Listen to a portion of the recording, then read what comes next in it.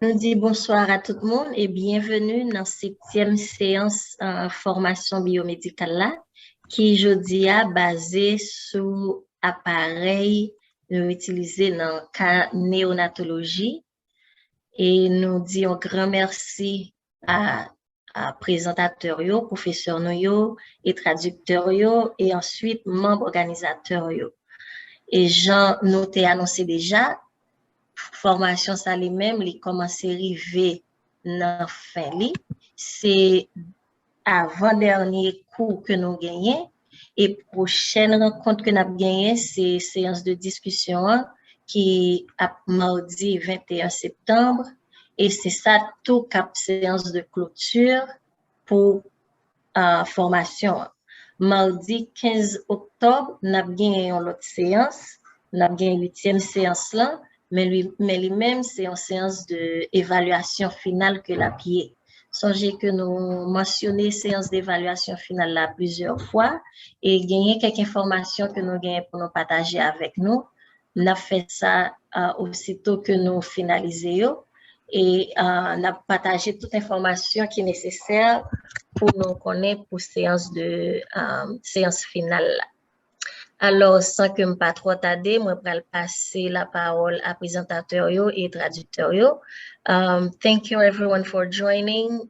Thank you to the professors, the organizers and translators. As we said before, we are nearing the end of the biomedical training. We have 2 more meetings. The next one is the discussion session, Tuesday, September 21st. And then that will also be the wrap-up session. And then our next meeting will be October 5th, which is going to be the final evaluation session. And we will share more information with all participants once we have this information finalized. And without more delay, I will turn to the professors and translators for this session. Bonne participation à tous. And Mr. Toby, you can start sharing your screen if you'd like. And while we are doing that, people can comment names in the chat.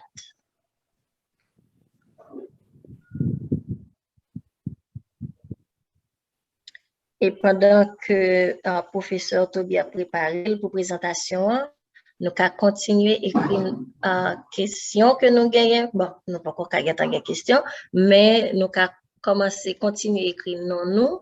Et au fur et à mesure que nous avons des questions, nous allons toujours écrire soit dans le chat là ou partie question-réponse là. Merci, Marie-Claire. Welcome, everyone. This being the last session, we will cover topics defibrillators, which we weren't able to continue on in the last meeting. Infusion pumps, incubators, and fetal monitors. So again, welcome to session 7. Over. Merci Marie-Claire. Et bon, bienvenue à tout le monde dans cette 7e session. Et pratiquement, c'est la dernière session de discussion, nous, aujourd'hui, qui c'est 7e session. Et nous allons parler de défibrillateurs. Et bon, pratiquement, c'était un sujet que nous n'avons pas de chance pour nous découvrir dans la dernière session, dans la dernière rencontre que nous avons la dernière fois. Et nous allons gagner l'autre instrument encore qui c'est une pompe à infusion. Et nous allons gagner un incubateur. Et puis nous allons gagner un moniteur fœtal que nous allons couvrir. Donc, encore une fois, nous disons bienvenue à tout le monde dans la session et dans la session aujourd'hui. Over. So the first topic that we'll cover is defibrillators. So defibrillators are a resuscitation device. It's designed primarily in emergency situations to stop ventricular fibrillation, which is a fatal arrhythmia. Hopefully, after the defibrillator fires with a large voltage spike, the heart will come back to normal. Defibrillators are not used to start a heart from asystole or without a heartbeat. They're also used, however, to halt atrial fibrillation, which is a non-lethal arrhythmia. They're used in a different manner. It's not an emergency, typically, technique.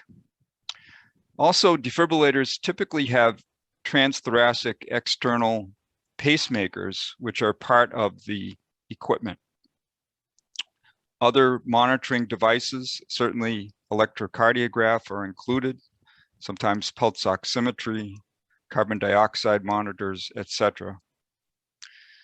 So again, defibrillators are used to stop this fatal arrhythmia, ventricular fibrillation. Over. Et premier instrument que nous parlons couvrir dans la session ça, c'est appareil que nous relais défibrillateur. Donc défibrillateur, donc j'en ai remarqué, donc nous avons une présentation qui est censée en français et que tout le monde vient pour recevoir sous peu une copie de lui. Et mais n'a fait un résumé de tout ça pour ce Toby sur parler là. Et généralement défibrillateur c'est un appareil médical que utilisé dans l'urgence. Et c'est un appareil électronique qui permet, c'est un appareil qui est capable de permettre de ressusciter un monde qui a un problème cardiaque.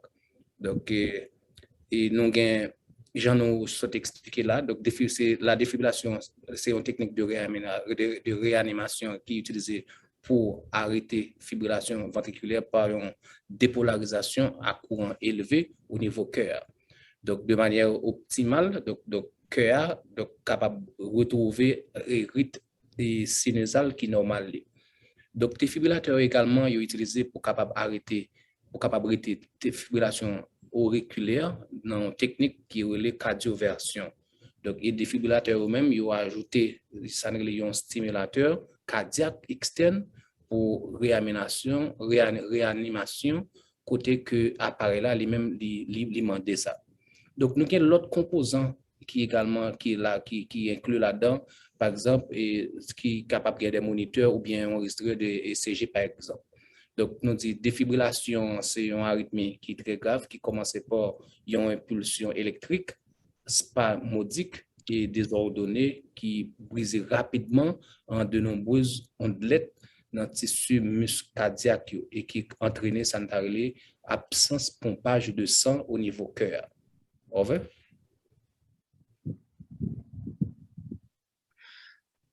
So in terms of electrical terms, the defibrillator is putting out a DC voltage, a voltage pulse. And over the past 15 years, this has kind of changed from a single pulse to a biphasic pulse, which you can see in the diagram. So this output is very high. There's a high voltage from the defibrillator, which produces currents which might be over 50 amperes for a very short period of time in terms of milliseconds. The shock output is measured in joules, and this depends on the application. For internal defibrillation, it's a very low number, somewhere around 10. The same thing for infants. However, for emergency defibrillation of adults, that may go up to 360 joules. So joules is watt seconds or a measure of energy. So again, very short pulse, high voltage, high current. Over. Et Jean, nous capables de remarquer dans la figure ça qui est présentée là. Donc, nous disons ça généralement, tous les défibrillateurs, ils utilisent un courant direct, un courant DC. Et parfois, nous parlons d'un DC biphasique. Donc, technologie, ça, pratiquement, à l'origine, il était utilisé défibrillateurs à faible énergie, mais qu'on y a sous forme d'onde et qui ont sorti standard. Donc, et unité de mesure que utilisée pour courant que un défibrillateur ça sorti là, donc pour mesurer, il a utilisé joule. et à une résistance à une résistance de 50 ohms. Et si nous sommes capables de remarquer, et donc ça va dépendre de, comme nous connaissons généralement, et pour choquer patient, je viens de dire, donc énergie qui dégage assez en joules, donc il n'y a pas de rapport avec patient que vous va utiliser l'appareil là sur lui. Est-ce que c'est un enfant ou bien c'est un adulte? Et vous pouvez et degré de setting ou bien de genre les gradués, donc les gradués de 10 à jusqu'à 360. Donc, on connaît si c'est un enfant ou bien c'est un petit monde, donc nous sommes capables de sélectionner 10 jours, mais suivant si c'est un adulte, donc nous aller jusqu'à 360 jours. Et nous disons que ça durée choc là, il peut aller de 5 à 80 millisecondes. Over. So let's look at how the defibrillators operate. Because of the emergent nature of defibrillators, they need to be very simple because these situations where they're utilized, there's a lot of activity around the patient and the action needs to take place immediately. So in terms of the defibrillation sequence, first of all, the recognition that the patient is in ventricular fibrillation. And this can be done typically in a manual unit by looking at the waveform on the electrocardiograph screen. However, many devices have an automated feature which will automatically diagnose ventricular fibrillation. The next step, the high voltage pulse, well, the next step is actually to charge that defibrillator up to a value that is appropriate for the patient.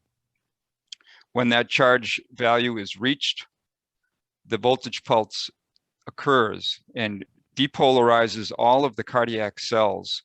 And again, hopefully they will come back in a sinus rhythm. If the patient, again, has no heartbeat, if the patient is in asystole, the defibrillator will not help. This is where the pacemaker is used. So again, that's why pacemakers are normally also included in the defibrillator pacemaker instrumentation. Over. Et nous allons parler de séquence de défibrillation. Donc, si nous regardons le modèle Sanoguela, et pourvu que les défibrillateurs qu'on utilise dans des situations qui comme tu as dit, qui urgentes, donc ça fait que dans la conception et défibrillateur eux-mêmes, ils fait un petit peu simple pour que vous capable d'utiliser. Donc, et parfois, regardez ça qui est écran, il tout beau paramètres qui montrent un battement cœur. Et ça nous capable, ça dans le deuxième cas, donc ça qui permet d'arrêter à partir de une impulsion à haute tension pour capable dépolariser toutes les cellules cardiaques. Donc, il espérer qu'après une repolarisation des cellules cellulaires, donc cœur capable espérer que le capable à un rythme normal ou bien ça nous relève un rythme sinusal. Mais ça pour nous remarquer c'est que si patient pas un rythme cardiaque, donc c'est que à ce moment-là appareil ça que nous le défibrillateur il pas utile rien, donc il pas porter en quel fruit. Et c'est là stimulateur cardiaque là ça nous le pacemaker. Donc, il est capable d'utiliser. Donc, de choc électrique là à un niveau très élevé. Donc, ça, nous avons remarqué, et nous avons remarqué, tout dépend de l'ordonnance médicale là. Donc, vous sélectionnez une valeur que vous trouvez qui est appropriée, j'aime bien, puisque généralement, les défibrillateurs qu'on gradué de 10 à jusqu'à 200 joules. Donc, entre valeur ou choisir valeur qui est appropriée donc pour charger le défibrillateur. Donc, une fois où charger le défibrillateur, arrivé à niveau où tu es sélectionné, maintenant, on est capable de décharger pour capable de retourner et que patient à la normale. Over. So let's now talk about the electrodes that are used with the defibrillator. So in order to have a very large level of current, large enough to completely depolarize the heart muscle, you need a very low resistance pathway through the heart. And you can see in the diagram, there's a diagonal pathway between the purple electrodes, and this follows the axis of the heart. The low resistance is created by large electrodes that are used. Generally, these are paddles, metal paddles that are attached firmly to the chest. You may also use a disposable pad, although those are sometimes very expensive, and I'm not sure how often that might be used in Haiti. But in general, the resistance between the two electrodes is extremely low, somewhere around 50 ohms, extremely low. And it takes pressure. It takes a gel that is applied to these electrodes to get that low resistance. And if it's not achieved, the defibrillation attempt may not be successful. Over. Et j'en ai capable de remarquer dans la figure ça, donc nous allons parler de pratiquement de électrodes que ont utilisé dans le cadre d'utilisation d'un défibrillateur. Donc ça pour nous remarquer dans l'image ça, nous avons image cœur et puis nous avons image de électrodes. Donc nous, ça qui est important, c'est que supposé qu'il y a une résistance qui est très bas, qui entre deux en conduit ça. Et donc nous capables qui pratiquement caractérise jusqu'à 50 ohms. Et donc, résistance, ça, nous parlons de poids, il doit abaisser avec gel conducteur et un contact qui est très ferme. Donc, nous avons une palette qui recouvre de gel électrolyte qui pour patient. Et nous avons une palette qui est réutilisable surface métallique de 8 à 10 cm. Donc, ça, pour surtout bien expliquer, c'est que nous avons des palettes qui sont réutilisables et qui gagne des surfaces métalliques, mais comme ça, gagne ça qui est disposable d'eau. C'est-à-dire, ça qui est disposable, c'est ça, ou utiliser une seule fois pour jeter. Donc, bon, pratiquement ça qui est réutilisable, ce sont des palettes qui sont excessivement chères. Donc, mais pas qu'on qui gens utiliser, qui ça vous fait pour utiliser ça, qui gens vous fait pour utiliser, qui ça utilise en Haïti, mais il parlait de différents palettes, soit réutilisables ou bien disposables. Et il parlait de métallique qui gagne une surface de 8 à 10 cm pour patients qui sont adultes. Donc, il parlait de défibrillation jetable qui adhère pour patients qui connectent défibrillateur à travers un câble qui est réutilisable. Donc, j'en suis expliqué là. Donc, c'est toutes différentes explications, disons, que nous sommes capables de dans le cadre de l'utilisation palette ou bien électrode pour défibrillateur. Over.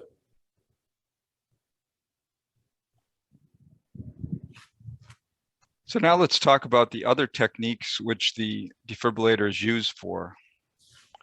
The first one is cardioversion. So cardioversion, or sometimes called synchronized cardioversion, is used for patients whose atrium, which is the upper half of your heart, is in fibrillation, but your ventricles are not in fibrillation. They're not defective in terms of pumping blood, only the atrium. So again, this is not a fatal arrhythmia, atrial fibrillation, but it can be relieved by shocking the patient at the appropriate time. You see the electrocardiograph here, with the QRS complex being the main template that you're looking at.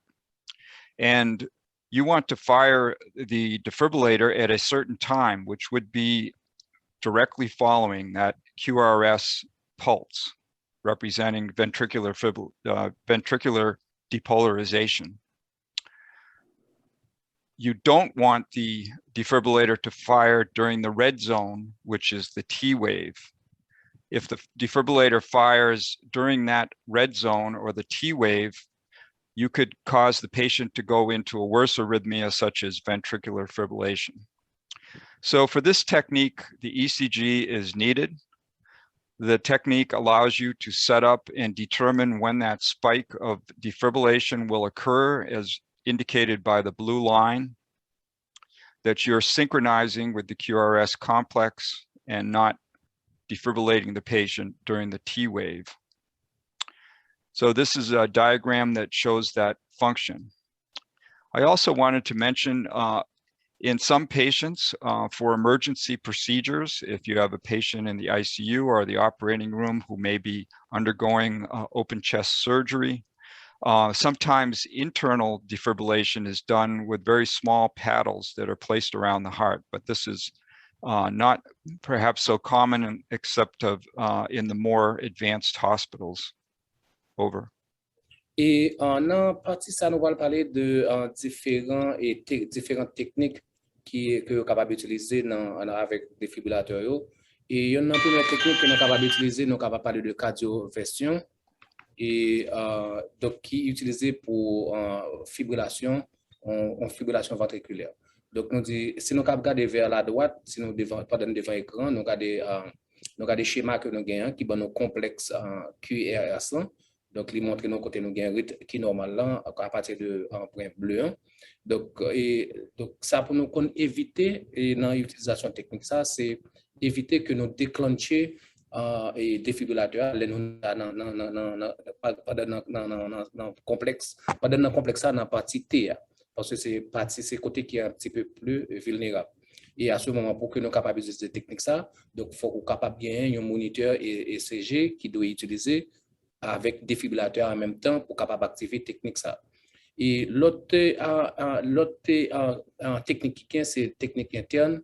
On prend le cas d'un patient qui est dans une unité de soins intensifs, ça nous les ICU, ou bien qui est dans une situation d'urgence, ou bien nous avons un bloc opératoire, côté qui a un cas opératoire, côté thorax ou bien estomac les ouvert. Donc, ils utilisent des palettes qui avec très faible résistance. Donc là, ça nous parle de interne, donc nous parlons de défibrillation interne à thorax ouvert. Donc, il est capable également d'effectuer avec des palettes appliquées directement sur le cœur. Donc, après. So we're not discussing at this point the other aspect in terms of the transthoracic pacemaker. That's a little bit beyond what we're going to be covering today. But I also wanted to have Tom Monahan and Evan Osis to perhaps comment on defibrillators, or if you have any comments on transthoracic external pacemakers. Over. Et donc, Jean, pour ce tout donc nous parlons de pour ce Tom avec Venel si vous avez des commentaires que vous capable de faire sur la question défibrillateur.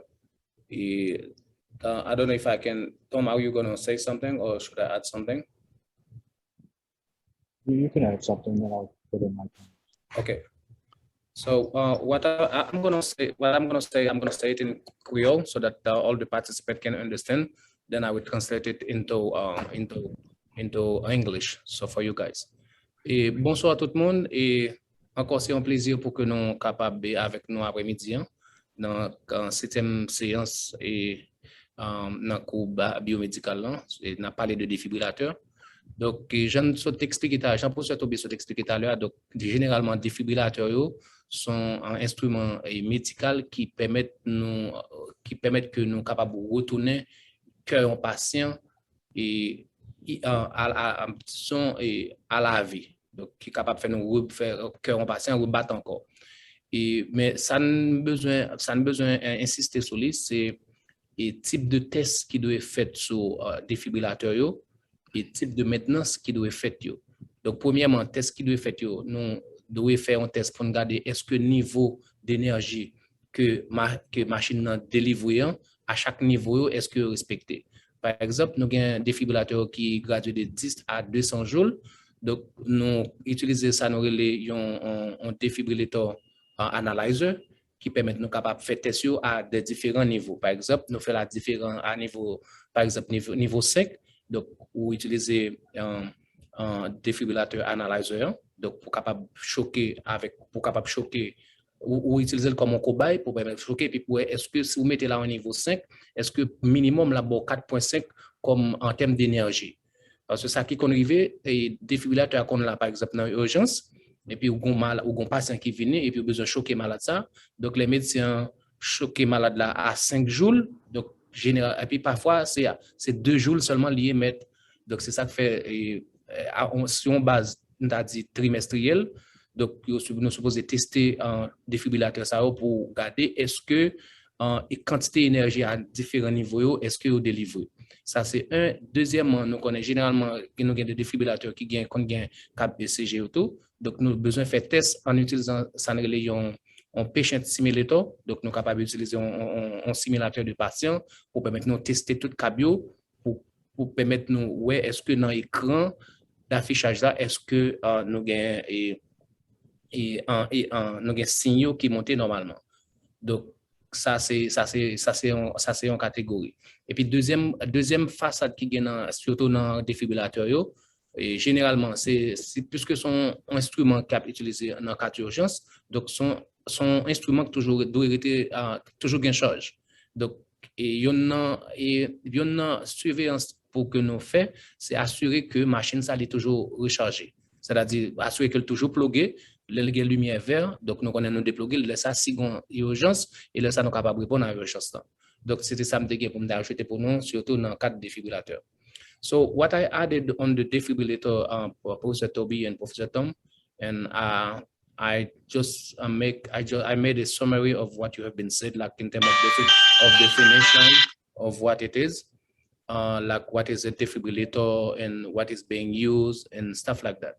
But most likely what I told them is like one of the tests that they should perform on the defibrillator is like is testing the different level of energy delivering, because the defibrillator is like setting from 10 to like 200.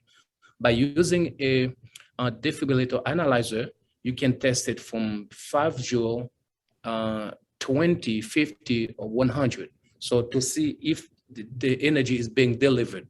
So you don't wait until that a patient comes and you fire the defibrillator and then you don't get any result. So this is one of the tests that they have to perform like every 3 months to make sure that the defibrillator is being, tested and deliver enough energy, whenever a patient is needed. And the second thing is make sure, since it is an instrument that needs to be used in emergency, what they have to make sure that it's always ready. Ready means like it's charged. It's charging means like you keep it in charge. Whenever the charge is over, you unplug it. So you make sure that you get charged at any time, because you might need it at any time to shock a patient. So that's what I added in terms of what I have known and for the defibrillator. Over. I see. Yeah, I was going to say, if you don't have a defib tester, most defibs have a test you can run where you set it to a specific output, like 100 joules, and then you fire into the defib itself, and it will see that it gets the shock and it's within a certain spec. So if you don't have a defib tester, you can usually do some kind of test that the defib has built into itself. Et ça professeur Thomas ajouté, c'est que nous généralement nous des défibrillateurs qui gagnent comme si des paramètres qui prédéterminés, c'est-à-dire à tel niveau, donc la délivrer quantité jour là. Dans le cas où on pas avoir un analyseur et pour défibrillateur pour capable tester énergie que défibrillateur ça lui-même les dégager. And as you said about keeping the defib charged, it's important to make sure you do replace the batteries on a regular basis, because you don't want the staff trying to find a place to plug in when you have a patient that needs a defibrillator. So it's an urgent therapy. Et Jean-Professeur Tom dit là, c'est que c'est des instruments qui sont utilisés dans situation qui est très très urgent. Donc c'est l'autre, j'en ai expliqué tout à l'heure. Donc c'est assurer que batterie en rechargé, et s'il demande pour remplacer, donc on remplacer sur une base régulière pour assurer que dans batterie a toujours bien la vie. Over. I'm glad Tom brought up the aspect of battery power, because I think every defibrillator has a battery power associated with it. They need to be portable devices so that they can be utilized. Of course, they may be utilized on an ambulance. They may be utilized in the hospital. The other aspect is the Joint Commission in the US, they're expecting hospitals and it may be true for other countries through Joint Commission International, to basically test the defibrillator every day to see if that energy level is correct. Generally, that has been a responsibility of the clinical staff rather than the biomedical staff, but it varies depending upon the situation. Over. Et ça, professeur Toby a annoncé, donc il dit bien content parce que professeur Tom est venu avec question et batterie qui dans défibrillateur. Et donc, c'est tout à fait normal parce que c'est des instruments que vous utilisez dans le cas d'urgence et capable dans l'ambulance, vous capable et utiliser l'hôpital. Donc, c'est-à-dire, c'est des appareils portatifs que donc, c'est-à-dire, si c'est des appareils portatifs, donc, c'est-à-dire, donc, aspect batterie, lui-même, il est très, très, très important. Et il est content que pour ce Tom, tu es venu avec question ça. Et il y a un autre point que l'a ajouté encore. Et bon, c'est une mission conjointe qui est États-Unis et généralement qui a voulu que tous les défibrillateurs qui ont testé pour est-ce que le niveau de livraison d'énergie est accepté. Donc généralement, et responsabilité ça c'est la responsabilité monde qui est dans la clinique là, ça dit médecin et infirmière et non pas et technicien biomédical, mais ça qu'on arrive parfois c'est technicien biomédical qui fait. Over. Any additional comments, Tom or Evanel? No. Okay, so we'll move on to the next topic. Infusion systems. So infusion pumps, infusion devices, there are a number of different types. They're typically one of the most common devices in the hospital that's utilized. There could be one for each bed in the hospital. There could be 3 for each bed in the hospital. There's many infusion devices that are utilized in healthcare. So they're used to provide controlled delivery of drugs, fluids, nutrients. That may include things like, barbiturates. So they have to have a number of safety systems for the patient-controlled analgesia pumps. They have to be designed for high accuracy to be able to deliver under the circumstances. Sometimes, if they're utilized, they need to have a force. That's why there are pumping mechanisms. They need to be flexible and most of all, easy to use. It's hard enough to know how to set up the drug for infusion. The device should be very easy to use and it should be safe. So the components are a pumping mechanism, and typically that is a linear or some type of peristaltic pump, a syringe type pump or a piston. There needs to be a easy to use user interface, a way to connect the machine with a tubing set, which will go eventually into the patient with the fluid that's being infused, and a control system. So again, those 3 components, you have a container of the substance that's going to be infused, a device for controlling that substance, and that tubing system. So we'll get into that a little bit more in the next diagrams. Over. Et sujet nous parle couvrir là, c'est instrument que nous relais pompe à infusion ou bien nous avons parlé de système de perfusion. Donc généralement c'est des instruments qui sont très utilisés que nous sommes capables à travers l'hôpital. Donc généralement au cas joindre pour chaque cabane ou bien qu'on soit joindre 3 dans chaque cabane.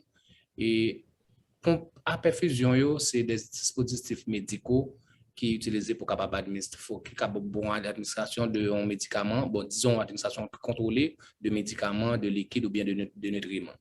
Donc il est capable de concevoir pour une précision très élevée à livraison et contre une force, flexibilité, facilité d'utilisation et de sécurité. Donc généralement nous gagnons des interfaces qui permettent tout qui genre et connexion au fait. Donc, il y a un récipient qui a une substance là et puis il y a un tube d'eau et puis qui permettent que ou capable permettre d'administrer, j'en ai dit, soit un médicament ou bien un liquide ou bien un nutriment quelconque. Donc, nous dispositifs électromécaniques, ça y a un mécanisme de pompage. Donc, c'est-à-dire une fois machine ou fin programmée, donc machine ou déterminer et qui genre machine qui genre pour administration et médicaments ou bien en liquide ou bien nutriments de fait. Donc, machine lui-même, il y a un système mécanisme de pompage qui est utilisé pour capable faire livraison, pour faire distribution de ça, de l'administration, ça au modèle pour le faire. Et j'en ai dit à une interface pour l'utilisateur, donc une méthodologie pour capable connecter machine à un ensemble d'administration de tubes, j'en ai dit, et un système de contrôle pour fonction de performance, de sécurité et d'interface. Donc, nous disons un système de perfusion est composé de 3 éléments. Donc, il y a un récipient de substance à infuser, c'est-à-dire un récipient, un bagage qui soit mettre là-dedans, soit médicament, ou bien soit liquide, ou bien nutriments. Donc, il y a un dispositif pour contrôler et puis pour délivrer substance ou météo. Et puis, il y a un système de tubulure pour capable transférer substance et de côte de l'administration vers patient. Over.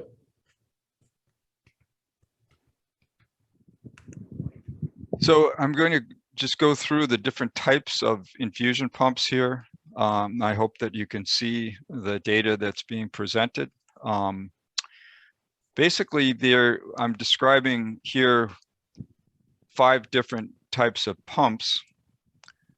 The general purpose infusion pump sometimes is called the large volume infusion pump, where you can get up to almost 999 milliliters to the patient in terms of flow rate.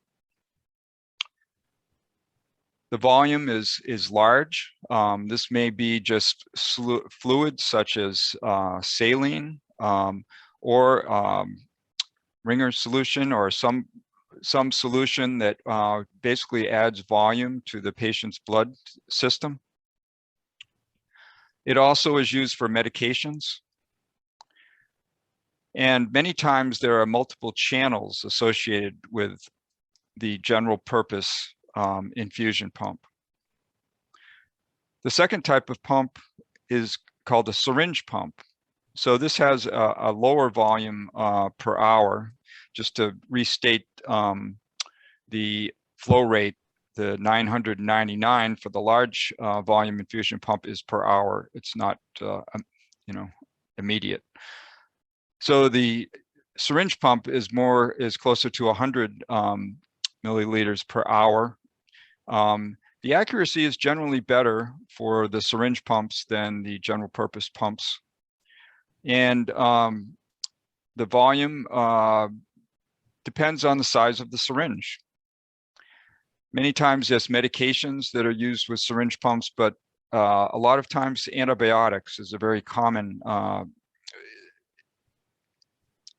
liquid that is infused with the syringe type pumps. The next one, patient-controlled analgesia pumps. So these are used for things like morphine and various painkillers that might be infused in the patient. So there's kind of a variable infusion rate, but there is one thing different about these pumps. Up to a point, the patient can provide a bolus of pain relief. This is limited so as not to hurt the patient. But patient-controlled analgesia pumps really have to have a lot of safety features, because they're injecting morphine and other types of drugs that kill the pain, which could cause serious problems in the patient. There's various types of ambulatory infusion pumps that might be used for things like chemotherapy. These are typically portable devices that may be worn with the patient. Lastly, the enteral feeding pumps. So these are pumps that actually provide nutrition to the patient when certainly they can't eat for some reason normally, and use their digestive system. Enteral feeding pumps are used to provide that nutrition, and many times they're high volume to provide those nutrients. Over.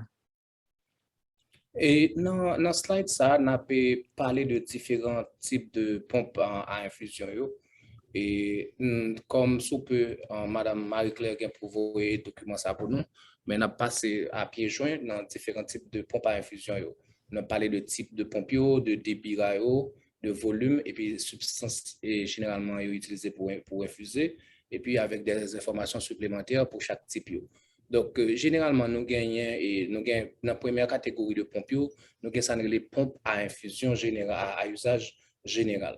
Donc, il y a un débit de 0,1 à 999 millilitres par heure, donc à 5% de précision. Donc, dans le cas, ça nous parlait d'un grand volume à partir de sacs ou bien de bouteilles à ventiler. Et comme substance à infuser pour catégorie de pompes, c'est des médicaments ou bien liquides. Donc, en termes d'informations supplémentaires, peut-être nous gagnons multicanal. Maintenant, deuxième catégorie de pompes que nous gagnons, et c'était pompe à seringue. Donc, pompe à seringue, donc, nous gagnons qui ont débit de 0,1 à 99,9 millilitres par heure et qui a 5% encore de précision. Et généralement, un type de seringue que utilisé, c'est généralement des seringues de jusqu'à 60 millilitres. Et les substances qui sont utilisées pour infuser à partir de pompe à seringue, c'est des médicaments antibiotiques, médicaments d'induction, travail, par exemple, dans le cas d'accouchement. Donc, pas d'informations supplémentaires. Et troisième catégorie de pompes, c'est pompe analgésique qui est contrôlée par patient. Donc, ça nous parle ACP. Donc, et en termes de débit, donc, les cas variés. Donc, ça va dépendre de qualité médicament et qui est capable, en termes de volume, qui est limité par système. Et type de substance qui est infusée dans le cadre de pompe analgésique, c'est médicaments analgésiques, par exemple, des médicaments antidouleurs. Par exemple, si on prend morphine, ou prend amphétamine, etc. Et si nous avons un bolus de médicaments activés par patient pour contrôler la douleur avec limite maximale, donc comment verrouiller avec accès par clé. Donc, c'est dans le cadre de utiliser pompe analgésique. Et quatrième catégorie, c'est pompe à perfusion ambulatoire, qui a un débit de 0,5 à 100 ml par heure, donc qui est inférieur à 100 ml d'oxygène à sac pliable. Et substance à infuser dans le cas, ça, c'est chimiothérapie avec insuline. Et comme information supplémentaire, donc une batterie alimentaire que le patient gagne. Et cinquième et dernière catégorie, c'est les pompes d'alimentation entérale qui ont un débit de 1 à 300 ml par heure. Et à ce moment-là, en termes de volume, donc nous parlons d'un grand volume de sac. Et médicaments, et généralement, médicaments, qu'on utilise dans le cas, ça, c'est médicaments contre HIV, ça n'est le sida. Et comme information supplémentaire, c'est capable d'utiliser des canules nasales, gastriques ou bien entérales, donc ça n'est pas intestin que là. Donc, nous avons l'autre type de pompe qui est implantable, qui a haut débit pour perfusion rapide également, que nous sommes capables de voir à l'avenir. Over. So next, we're going to talk about the mechanisms of infusion pumps, and we'll start this talking about the peristaltic mechanism. So there are two types of mechanisms that might commonly be used. One is called the linear peristaltic mechanism, and the other is a rotary peristaltic mechanism. So there is a finger-like disc, or sometimes more typically a short length of silicone rubber, which basically occludes and pumps a solution. The tubing is compressed against in a stationary plate in the linear type pump mechanism, and the compression and decompression causes the desired flow. So when the tubing occludes, those forces push that solution through the patient's vessel at the pre-selected rate. So they're very accurate. You can see the mechanism here has many little rollers that are utilized for the linear peristaltic pump. And for the the rotary peristaltic pump, there's also a high level of accuracy. Over. Et donc, dans figure ça, on va parler de mécanismes et de différents types de pompes. Donc, nous parlons de mécanisme péristaltique, nous parlons de péristaltique linéaire. Donc, sinon, pendant que je suis devant l'écran, nous regardons dans la première image là. Donc, vous montrez-nous côté une plaque d'appui et puis tube. Et puis, vous montrez nos côtés de droit. Donc, ouais, nous conseillons de points. Bon, disons, nous conseillons de billes. Donc, ouais, donc, mouvement fait de façon très précise. Donc, nous disons, mécanisme péristaltique, là, les utiliser ça dans un disque en forme de doigt comme doigt de main, ou bien un coup de longueur de caoutchouc, de silicone pour capable obstruer successivement tube intraveineux. Donc, tube là, entre plaque fixe et en compression, des compressions qui provoquent ça un débit qu'on souhaitait. Par exemple, donc on est généralement la graduée, donc suivant Jean ou tu prévois là ou programmer là, soit c'est 2 litres par minute, par exemple, juste un exemple. Donc, sans sauter programmer là, donc il fait mouvement en fonction de sortiment là. Donc, lorsque tube là est bouché, donc tube là les forces liquides là traverser vaisseau à un débit présélectionné, j'en ai expliqué là. Donc, mécanisme péristatique là, il est capable linéaire, comme ça tout il est capable rotatique. Over.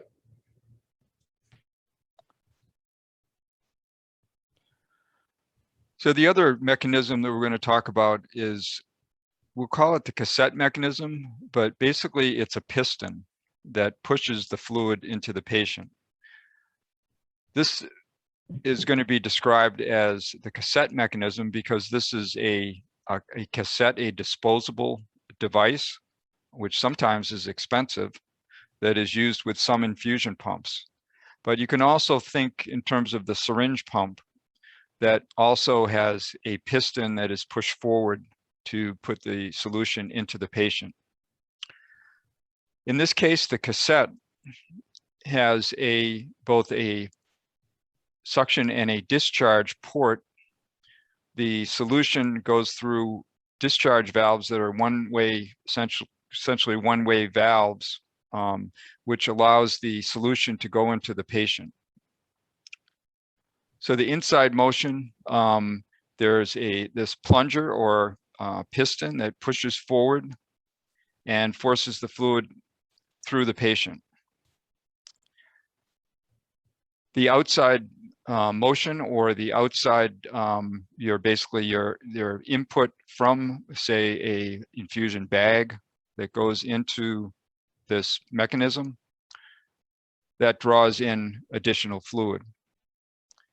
Syringe pumps, again, are very closely aligned to what I'm describing because they have a plunger on the syringe that is motor driven, gear reduced, typically a lead screw type mechanism to infuse that into the patient. And that rate is controlled by the speed of that motor. Over. Et dans le système, dans la partie ça, dans le deuxième mécanisme, nous avons parlé de lui, nous parlons d'un mécanisme à cassette et qui pratiquement qui a un piston et qui permet que un liquide là et qui est capable de pousser le liquide là pour aller vers le patient. Donc, c'est ça qui fait nous sommes capables et dans tout ça nous décrit là, nous sommes capables de décrire une pompe à infusion qui est utilisée à seringue dans la même catégorie ça parce que généralement dans ce seringue là on touche un plongeur qui permet que une pression qui fait pour que le liquide là aller vers le patient et pratiquement c'est un bagage c'est son seul chemin. Et donc, nous disons que le mécanisme cassette là, il est utilisé pour un cassette qui est équipé. Bon, généralement, cassette, c'est bon, excessivement cher. Et bien, j'en ai dit, nous sommes capables de comparer le même genre avec ce angle. Donc, c'est une disposition à piston et un tubulure en partant de deux côtés. Donc, nous disons mouvement intérieur dû à un piston qui est entraîné par un moteur qui entre et sorti dans un cylindre, qui est lui-même qui force le liquide là pour pomper à travers le patient. Donc, mouvement extérieur lui-même est aspiré par le liquide là donc, et qui est capable de faire un plan rempli. Et nous parlons nous parlons de décharge. Donc, nous disons, pour ces seringues appliquées à une force dans le piston, qui de seringue à travers un mécanisme et à vie qui est capable d'entraîner en vitesse moteur, est capable de réduire. Et généralement, taux de contrôle là, il est fait à travers le moteur. Over.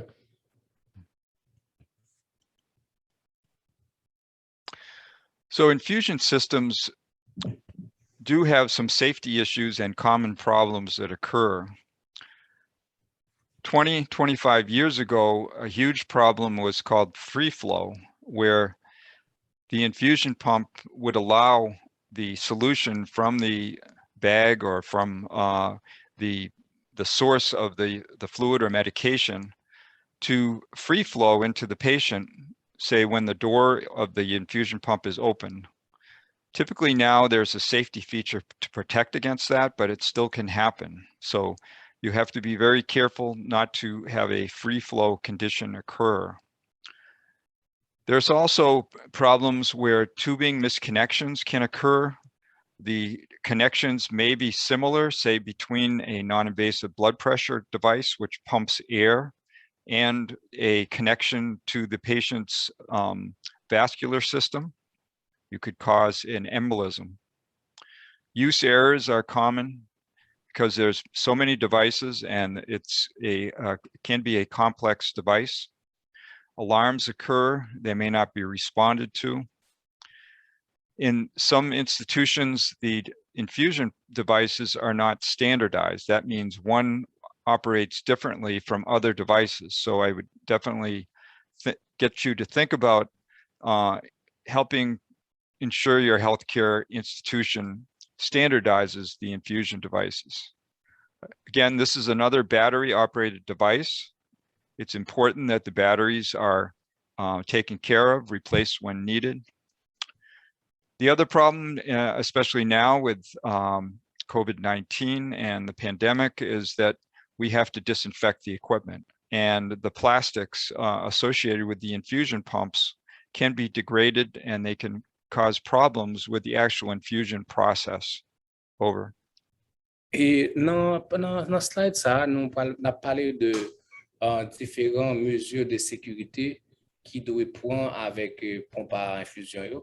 Et dans 25 ans passés comme ça, et problème commun et qui était qu'on gagne, c'est ça nous en libre circulation. C'est-à-dire côté que en anglais ça nous en free flow, en libre circulation, côté que ou capable gagner soit j'en ai parlé de substances, soit médicaments ou bien liquides ou bien l'autre ou bien nutriments quelconque qui débordent les portes là ouvrées. Donc maintenant ça a fait de un système de sécurité vous mettez dans nouveau pompe à infusion au cognac qui permettent que ça capable de contrôler. Mais cependant, il faut que nous toujours fassions attention parce que ça a toujours arrivé. Et deuxième catégorie de problèmes qui qu'on gagne en termes de sécurité, c'est question mauvaise connexion de tubes. Par exemple, c'est suivant côté tubes, si un tube intraveineuse, etc. Donc, si on a une mauvaise connexion, donc ça permet ça a un problème courant. Un problème courant qui toujours existé. Et l'autre pareil nous gagne encore c'est erreur et utilisateurs. Donc nous gagnons des utilisateurs qui mal utilisent équipement et puis nous gagnons si un problème tout et puis nous gagnons des alarmes qui déclenchent et que ou pas porter solution appropriée à alarme non. Donc c'est ça nous carrer des alarmes sans réponse. OK, des alarmes qui a déclenché et que ou pas répondre à eux. Et puis, l'autre catégorie, c'est manque de standardisation des dispositifs de perfusion. Là, on parle de manque de standardisation des dispositifs de perfusion. Ça veut dire que ça, c'est d'avoir imaginé un hôpital qui a différentes qualités de pompes à infusion, c'est-à-dire qui n'a pas le même modèle. Donc, si il n'y a pas le même modèle, c'est que c'est vrai, il fait le même travail, mais cependant, l'utilisation est capable différent. Donc, c'est ça que fait dans le niveau système de santé 1. L'État va mieux si il y a une formation qui est faite pour utilisateurs sur différents pompes à infusion qui au niveau institutionnel ou bien faire en sorte que tu as une standardisation au niveau de toute pompe à infusion, c'est-à-dire rassurer que toute pompe à infusion est de même marque et de même modèle. Et troisième, avant-dernier problème de sécurité que nous sommes capables de joindre, c'est ça, problème de batterie, parce que c'est un instrument qui est portatif, c'est-à-dire qu'on est capable de déplacer avec d'un moment à l'autre. Donc, prendre soin de batterie et remplacer à chaque fois ça nécessaire. Donc, c'est très important. Et dernière partie, c'est dégradation plastique. Par exemple, surtout dans la période COVID, là, donc, nous gagnons généralement, dans le règlement interne, tu as supposé gagner et ça ne asepsie qui doit être faite dans l'instrument. C'est-à-dire, à chaque utilisation de un patient en l'autre, supposé gagner asepsie. Et étant donné que c'est plastique et pompe à infusion, donc à force, on va faire asepsie avec des détergents, peut-être que c'est ça qui cause dégradation plastique corps machine. Donc, c'est ça nous capable d'expliquer dans le type de sécurité et problème courant qui gagnent dans le niveau pompe à infusion. Over. So at this point, again, I wanted to see if there are any comments from Tom or Evanel about infusion devices. Again, they may be the most common electronic medical equipment in your healthcare institution. Over. Donc, dans le point, ça encore, on a demandé à M. Tom et M. Evanel si vous avez des commentaires que vous êtes capables de faire, et surtout dans la question en pompe à infusion comme un instrument qui est pratiquement très utilisé au niveau de système de santé. Over.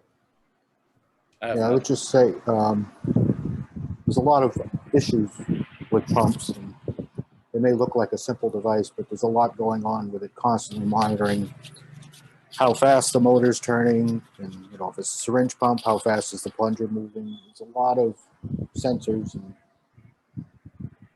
diagnostics that the pump is constantly doing. And one of the other issues is for the large volume pumps, you hang in a bag and have the tubing, you need to make sure the pump is set up for that size tubing. Generally, IV tubing will come in so many drops per ml. There's usually a 15 drop per ml or a 20 drop or a 60 drop per ml. So you need to make sure the pumps are set up for the type of tubing they have.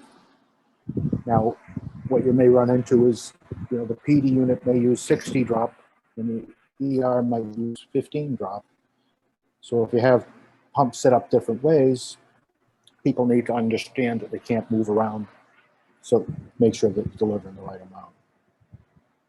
Et ça, professeur Tom a ajouté, c'est que c'est pour dire que nous, apparemment, nous avons des instruments les petits, mais ça pour nous mettre dans la tête, c'est que les grands pile bagaille qui c'est grand pile inconvénient, c'est-à-dire qu'on a pile problème que ça qu'on présente.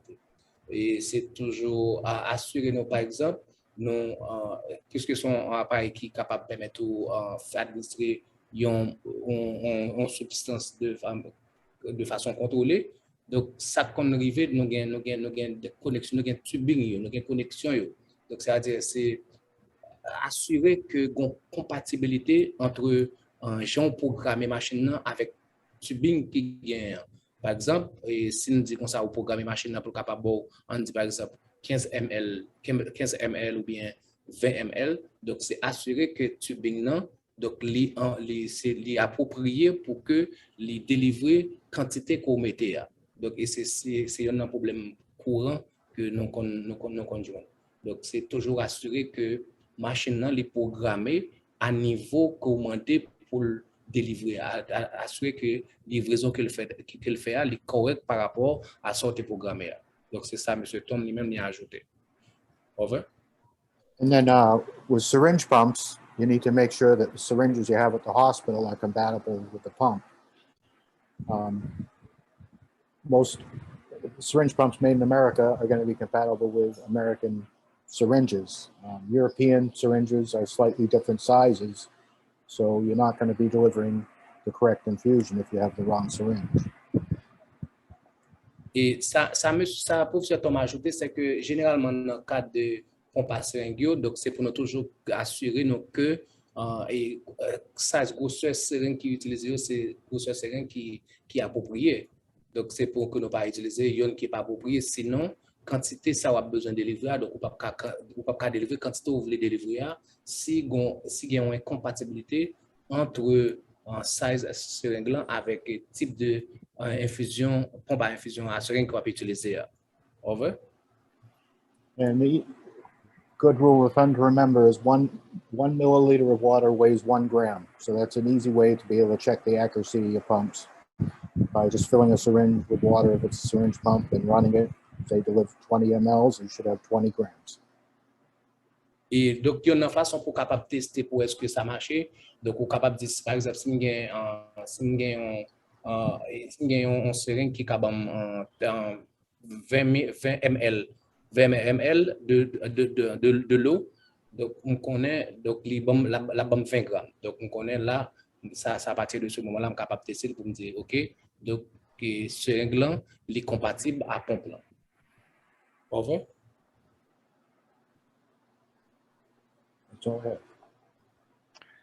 C'est tout ça, me dit.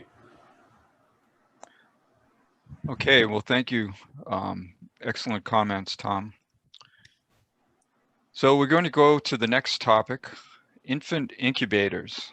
And you can see in the photo here, the mother and the baby in a neonatal intensive care unit.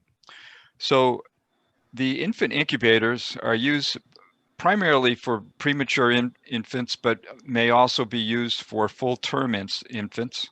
So premature means that they were born before their what was defined as their birth date. Term infants have been in their mother throughout the full term. So the infants need a warm environment created by the incubator, basically to survive, to grow and survive. Now, why do infants need this environment? Because many times their respiratory and their thermal regulation system is not as developed, but probably more importantly, when they're inside the mother, they're in a very warm environment. And then immediately when they come out, they're exposed to a cold environment, typically, even though the delivery suites are typically warmer than other parts of the hospital, perhaps. So the incubator, it provides controlled warming and it circulates heated air over the skin. Many times there is a temperature sensor that can be used when it's placed on the baby's skin. Sometimes it's used to provide actual temperature control to keep the baby at a certain temperature. Again, like the respiratory devices that we talked about, there's also humidity in the air, and that both is needed for the patient's breathing, but also to reduce evaporative heat loss. Over. Et dans partie ça, nous parlons couvrir l'autre instrument médical qui est l'incubateur. Et nous dit généralement, incubateur yo utilisé pour prématuré ou bien yo capable d'utiliser tout pour un petit monde qui fait à terme. Donc pour nous capable regarder si nous chita devant écran, nous capable voir à droite, nous imaginons un incubateur avec pratiquement une mère, une maman, peut-être un infirmière tout, mais qui est accompagné de bébé qui est dans un incubateur. Et donc, j'en dis, un prématuré, c'est un petit monde qui fait avant le lit, et un petit monde qui fait à terme, et bon, c'est pratiquement un petit monde qui fait dans l'œil, mais cependant qui présentait des anomalies. Et généralement, et pour, j'en dis, prématuré, ou bien petit bébé qui fait à terme, il y a nécessité un environnement qui est chaud. Bon, nous comprenons que si moun sa ou lè ou dans votre maman yo, c'est-à-dire même votre maman yo, qu'on température qui est normale, disons, yo qu'on gen chaleur yo besoin. Cependant, automatiquement si moun sa fait qu'elle t'est fait prémature ou bien qu'elle t'est fait à terme, donc yo qu'on fait dans un environnement qui yo vinn fait dans un environnement qui vient très frais. Même là, yo ta dans un espace qui est très chaud dans niveau de l'hôpital là. Et à ce moment-là, donc, nous avons un incubateur qui est capable de créer chaleur pour permettre que les gens lui-même capable de survivre. Donc, raison qui a nécessité qui fait capable de réchauffer un nouveau-né, soit un prématuré ou bien un petit monde qui fait à terme, c'est parce que ça est lié à les transitions thermiques dramatiques de l'utérus de la mère à l'environnement de la pièce. Donc, à ce moment-là, nous disons que les besoins réchauffer. Et base réchauffement, ça, les contrôlé par incubateur, donc il fait circuler de l'air chauffé sur la peau, sous peau de Timon. Donc, nous connaissons une question d'humidité et air, et c'est ça qui permet que Timon est capable de chauffer. Et qu'est-ce que c'est un skin probe, ça ne un capteur de température. Capteur de température, ça, généralement, on place le sous peau Timon. Donc, il est capable, quel que soit côté, suivant côté qui est approprié pour placer le sous peau Timon. Et c'est le même qui est capable d'utiliser pour capable mesurer en temps réel ou bien pour capable contrôler en temps réel température actuelle corps Timon. Donc, j'en ai dit, donc incubateur humidifié également avec l'air et ça permet que chaleur cap sortir cap évaporer ou réduire. Over.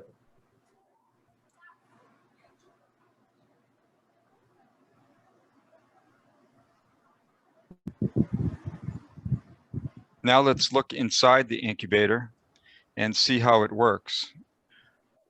So basically, you have typically, well, almost always, a transparent plexiglass or other material that allows you to view the baby. This would be a box, and that's on top of the active mechanisms of the device. So you have fresh air that comes in here in the lower section on this example incubator. It will come through a filter, a bacterial filter, to ensure that it is, that it does not contain any bacterial elements. There's a fan that circulates that air. There'll be a heating element that will, again, be used to heat the air to the temperature desired. The air flows across the humidifier, much like the ones that we saw with ventilators and oxygen concentrators and some of the other devices. So it picks up the humidity. There may be oxygen that is added to that air in the incubator, and that would come through another port. And then following the arrows, you can see that the air circulates throughout the incubator and, of course, exhausts at some point, typically in the higher point of the incubator. The baby lays on a tray, if you wish, or a platform that is comfortable, but again, allows good visualization of the baby.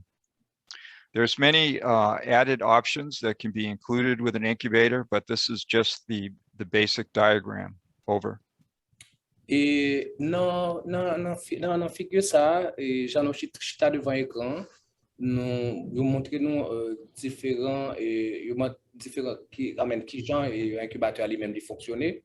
Donc, si nous chita devant l'écran, généralement, incubateur, c'est un instrument qui couvre de plastique et de matière plastique et que ouais, bébé a couché en dedans. Et façon que le marché qu'il fonctionnait, donc nous gagnons côté où gagne air fraîche de vers la gauche, ou gagne de l'air qui rentre vers la gauche, qui rentre, il passe à partir d'un filtre. C'est à cause dans notre cas prend concentrateur d'oxygène.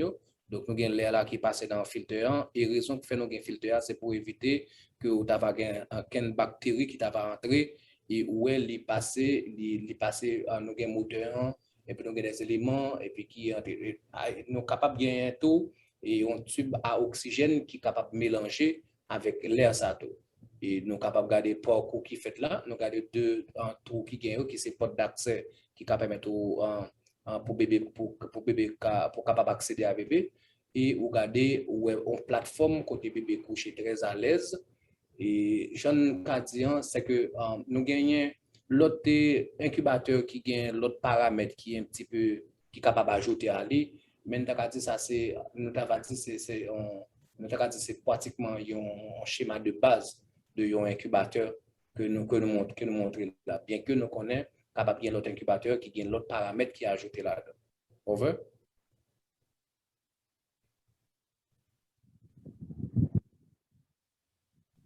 So as with the infusion pumps, we're going to talk a little bit about the safety issues related to infant incubators. Sometimes these issues are related to the equipment itself. Other times it's related to techniques. Thermostat failure, unfortunately, that can cause either underheating or perhaps a more serious problem, overheating within the incubator. That thermostat is what basically controls the temperature of the incubator. Another problem that would occur when the temperature sensor is either defective or it's not making proper contact when the incubator is placed in servo mode. Servo mode allows you to set a temperature based on the baby's skin temperature, and that temperature will be maintained within the incubator. Again, if that's off the patient, that temperature may be reading lower than the actual patient temperature, causing overheating. Anything related to oxygen can be of concern. Oxygen, again, is one of the three things that are involved in fires. Noise levels. Sometimes incubators can have high noise levels. That combined with the noise levels of the neonatal ICU or the environment can cause damage to the baby's ears. There have been cases where the infants have opened the doors and actually fallen out of the incubator. So that has to be reviewed, looking at those door hinges, looking at the door mechanisms that they operate correctly. Don't use mercury thermometers as part of your incubator system. Some of the older incubators have mercury thermometers. There's also mercury in the thermostats, which can cause problems. Mercury is a hazardous material. Over. Et non, même j'en ai parlé de pompe à infusion, nous avons parlé de problèmes de sécurité. C'est même j'entends nous parler de problèmes de sécurité dans le niveau incubateur.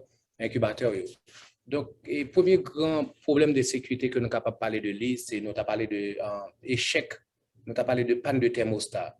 Et généralement, si nous avons un incubateur qui a un échec ou bien dit on panne au niveau thermostat, donc ça, pourvu que le thermostat lui-même contrôle la chaleur que l'incubateur a générée, donc ça qui arrive, soit que la machine n'est pas chauffée ou bien la machine est trop chauffée. Donc c'est ça qui a une relation avec un panne de thermostat. Et puis deuxième problème de sécurité qui vient au niveau incubateur néonataux, c'est le capteur de température, ça n'est pas les probes là. Donc, à ce moment-là, nous avons un capteur de température qui n'a pas un bon contact avec les machines, généralement, en mode cerveau. Donc, en mode cerveau, c'est le mode de rétroaction, c'est-à-dire qui permet qu'on soit capable de monitorer ou maintenir le niveau de chaleur à l'intérieur de l'incubateur. Et puis, troisième problème de sécurité est lié avec oxygène pour une raison quelconque, donc pour une raison ou l'autre, donc nous avons un problème qui est lié à l'oxygène. Et quatrième problème de sécurité, c'est le niveau de bruit. Donc, niveau de bruit, il est capable soit niveau capable environnemental, comme ça, il est capable lié directement à l'appareil là tout. Et ça, nous tout devons connaître, c'est que le bruit qu'on très critique est capable de causer gros dégâts, surtout dans le cadre d'audition, dans le cadre d'oreilles, parce que dans l'enfant prématuré, il y a des bruits, on attendait, ou même pas attendre. Donc, si on bruit qui fait constamment dans la machine, ou bien si l'environnement grand pile bruit, donc ça a causé gros dégâts dans l'audition. Et nous gagnons, et l'autre problème qui est encore, c'est côté que nous, dans le cadre de ces problèmes de sécurité, des problèmes de sécurité, c'est côté nous avons des petits moun qui sont capables dans l'incubateur et puis qui l'ouvrent porte et puis qui sortent tomber. Donc à ce moment-là, il faut que nous fassions sûr que nous vérifions tout le mécanisme porte, assurer qu'ils sont en sécurité pour éviter le champ de catastrophe. Ça. Et nous gagnons des incubateurs qui utilisent des thermomètres à mercure et nous gagnons des thermostats auto et ils utilisent à mercure. Donc nous avons dit mercure donc sont éléments qui sont très hasard. Donc surtout pour dans le cadre de pour thermomètre avec thermostat. Over. So let's look at some common problems and solutions. So if we start with the symptom on the left-hand side, then we can go look at a possible cause and a potential solution to that problem. First one, incubator not heating. That heating element itself may be defective, so that would need to be replaced. Although there's a number of things that can cause the incubator not to heat, this is one probable cause. Second symptom, temperature setting does not function. A simple cause of this problem is just the temperature control knob. This is a turning knob, may be loose on the shaft. This is kind of a rheostat type device. If it's loose, it's not going to basically turn to the proper temperature.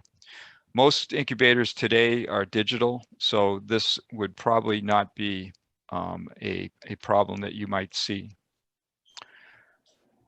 Third one, temperature changes drastically when the control knob is turned. So if you have a rheostat type incubator control for your temperature, it could be that the rheostat has a dead spot. So this is a device that is a rotary device and goes over various portions of that resistive rheostat. And if part of it is not functioning, it's not making contact or whatever, that may be dead and that rheostat may need to be replaced. Airflow. What if the airflow is poor? Well, there's a number of things. Again, you have a bacterial filter. You have perhaps a fan filter also. The fan itself may be defective and not functioning. So you want to, first of all, look at those filters. That's a common area for problems. Second of all, the fan, which you should be able to hear. If you don't hear a fan, that's probably the problem area. What if it doesn't maintain temperature? Well, it could be airflow issues. There could be some external heat or cooling source. So if the incubator is placed in a location where it's close to a window and you have high level of sunlight, that's going to cause the incubator to overheat compared to what your setting is. A noisy fan, that may basically show that the fan either needs to be lubricated or it's defective or something is loose in that fan. Again, the noise does affect the infants. It can cause hearing problems. Lastly, over temperature, and just like the incubator not heating, it could be a number of causes, but it could be that thermostat has failed. Over. Et dans slide ça, on a parlé de différents symptômes et qui ça qui a causé et qui c'est une solution probable pour que nous capables de résoudre le problème ça. Et premier symptôme nous est que nous capables de gagner un incubateur qui pas chauffé. Donc si incubateur n'a pas chauffé, donc c'est que premier bail pour nous mettre en cause c'est élément chauffant. Donc nous capables de dire à ce moment-là élément chauffant yo même yo défectueux.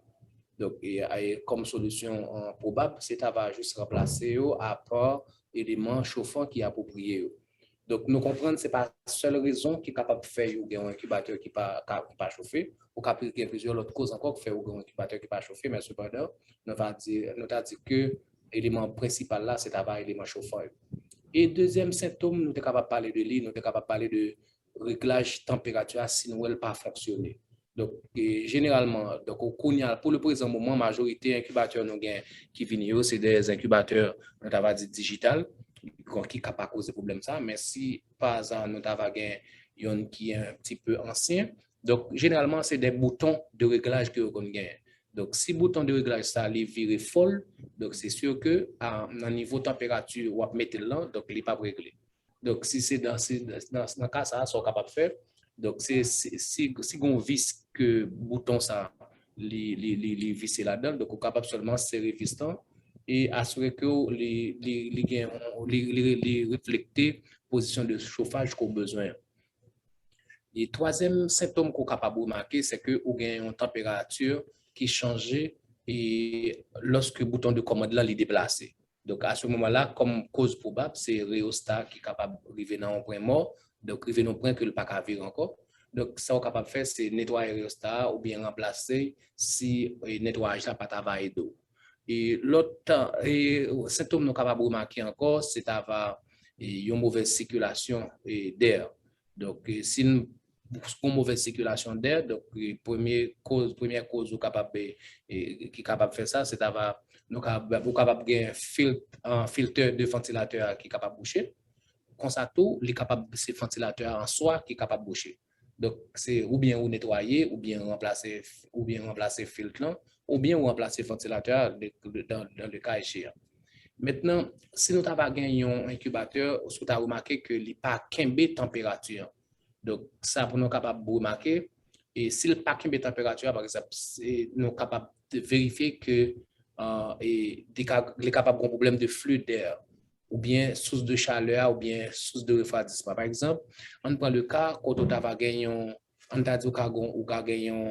incubateur qui est trop chauffé par rapport à ça, par rapport au réglage qu'on fait là, donc où elle est dépassée. Donc, pour ma capable de faire, par exemple, en termes d'environnement, si vous regardez où ça peut arriver que l'incubateur s'allie dans une zone, dans l'hôpital à côté, une zone qui est éclairée, côté qui a un rayon lumineux qui frappe l'incubateur. Donc, ça peut permettre que, dans le niveau que vous programmez là, donc, il y a un niveau de chaleur qui est beaucoup plus élevé. Donc, ça pour vérifier, c'est vérifier que joint potio, par exemple, sinon c'est incubateur non scellé, ça c'est une cause. Donc, là, soit vérifier joint potio et puis vérifier source de chauffage ou bien de refroidissement externe pour un incubateur. Et l'autre bail nous capable de encore, c'est si nous n'avons pas gagné un ventilateur ou si nous avons des cas qui fait bruit. Donc, ça nous capable de faire, c'est vérifier est-ce que nous avons tout le vissure qui serré ou bien est-ce que c'est un problème lubrifiant, c'est-à-dire est-ce que est-ce que son bail qui a besoin de graisser. Donc, si c'est ça, donc ou graisser ou bien serrer boulon, si tu as un vis qui est desserré, etc. Et dans le dernier cas que nous avons couvert, c'est dans le cas de notre un surchauffage. Donc, c'est devenu un surchauffage. Donc, première cause pour nous mettre en cause, c'est déterminer que c'est le problème majeur, c'est d'avoir thermostat. Et dans ce cas-ci, ça ne peut pas faire, c'est remplacer thermostat immédiatement. Et même, j'en ai parlé de dans le cas côté que l'incubateur n'a pas chauffé, nous avons accusé l'élément chauffant, mais nous avons dit que ce n'est pas seul élément chauffant qui est capable de cause principale, là, il y a une autre cause encore, c'est même j'entends dans le niveau surchauffage. Là. Donc, il n'est pas seulement, il n'est pas exactement thermostat, mais nous n'a pas accusé thermostat dans ce premier temps. Over.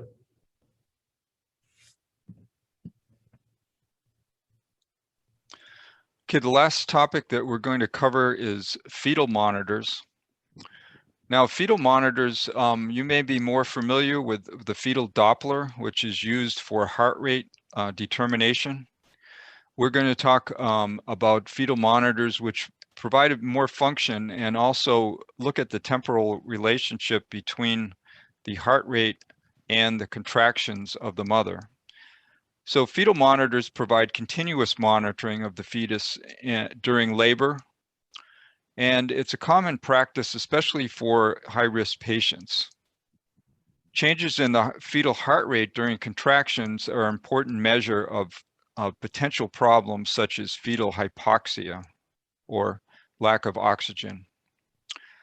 So the fetal monitors, they typically have a recorder and may have a display. that show both the strength of contraction of the mother during labor and also the heart rate. And these two factors are looked at in simultaneously. Something called heart rate variability is basically one of the things that is looked at closely. So if you have a contraction, basically, how does the fetus react to that contraction? Their heart rate should go up. If the heart rate goes down during a contraction, that means that they're in distress. So this is an important device to look at the fetal welfare of the patient. Over. Et l'autre dernier sujet que nous avons couvert là, c'est ça, les moniteurs fétaliaux. Donc, les moniteurs fétaliaux, c'est des instruments qui sont utilisés pour, au niveau de maternité. Et bon, dans d'autres cas, mais généralement au niveau de la maternité, et qui capable, instrument ça, il est là pratiquement et pour la surveillance continue de fœtus pendant le travail. Et c'est une pratique nous capable de dire qui est un petit peu courant au niveau de l'hôpital, et en particulier pour monde qui un petit peu, pour patients qui est un petit peu à risque et à risque modéré ou bien élevé également. Donc et non comparaison qui capable l'autre élément nous capable de faire comparaison, c'est il y a un rapport nous capable comparer deux éléments ça, c'est battement cœur avec contraction et malade là pendant le travail. Donc nous avons changement de fréquence cardiaque fœtale là pendant la contraction, et l'autre événement et yo une mesure qui nous a dit qui est très importante, et parce que yo mesure est capable dire yo mesurer potentiel de hypoxie fœtale et au niveau du patient. Maintenant, nous disons, pour moniteur fœtal, nous avons qui ont des écrans, et nous avons qui pas un écran, mais qui capable un paramètre qui permet de nous faire impression. Et moniteur yo enregistré tout événement, tout ça battement cœur, et je ne t'ai parlé de contraction, et force, et yo surveiller fréquence cardiaque fœtus là pendant contraction pour capable déterminer réponse fœtale ou bien stress du travail. Par exemple, si nous regardons nos fréquences cardiaque là, les descendent. Donc, nous disons que ça a un rapport avec stress au travail. Maintenant, nous parlons de modèle de variabilité également, de fréquence cardiaque là, que nous relais accélération ou bien décélération, donc qui examiner et fait diagnostic pour capable aider déterminer si intervention médicale là est nécessaire pendant grossesse là ou bien pendant l'accouchement. Over.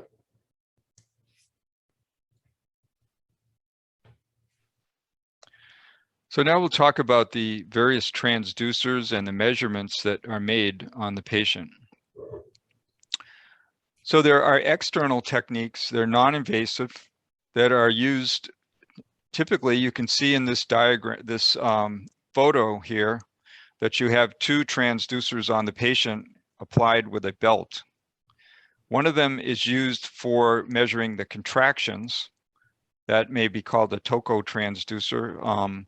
The second one is used to determine the fetal heart rate. The fetal monitor you see is in the background. This particular one uses telemetry to send from the transducer to the monitor, but you see it has a paper printout of the fetal heart rate and contractions. So the fetal heart rate is measured externally by ultrasound. So there's an ultrasound transducer that is placed on the patient. This ultrasound transducer that's used in fetal monitoring is different than the one used in the fetal Doppler, in that there are multiple elements to allow you to focus on the fetal heart. And there's a lot of intelligence that's built into the fetal monitor itself. So ultrasound is an important technology. It's used for you're determining your fetal heart rate, but also for imaging and therapy in physical therapy. So basically, you have a crystal. There's a high frequency, high voltage electrical signal that causes the ultrasound crystal to deform and send a acoustic wave into the patient.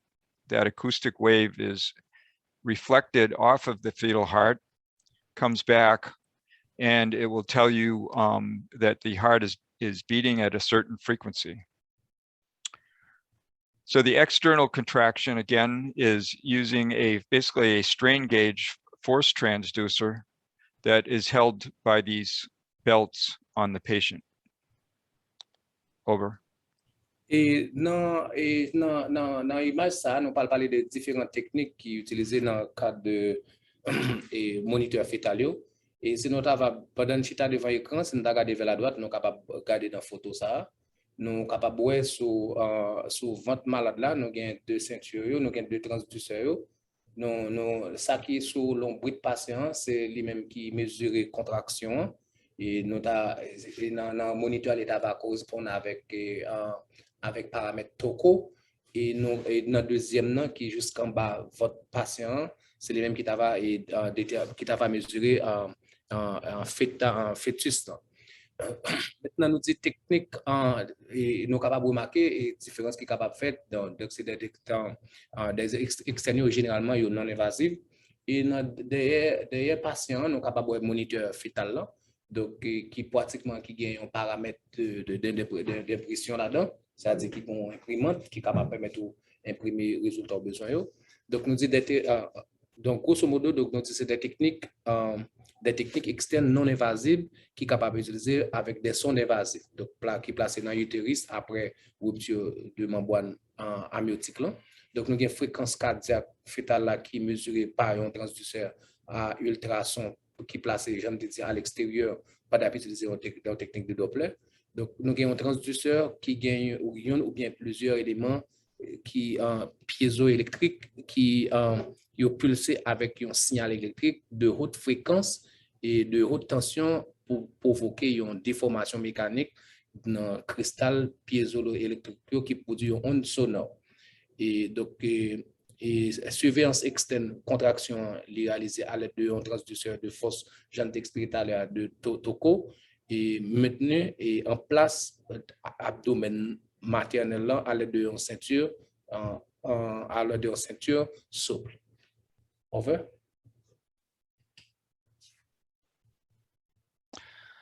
So I've just described, and Evanel has described the external technique. There's also an internal technique that's used to measure the fetal heart rate and the contraction. After the water breaks or this amniotic membrane breaks in the mother, then there is access to the baby directly.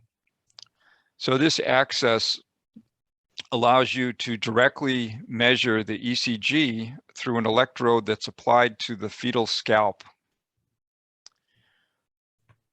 I didn't mention, but also during the fetal monitoring activity, that not only is the baby's electrocardiograph measured, but also the maternal, the mother's.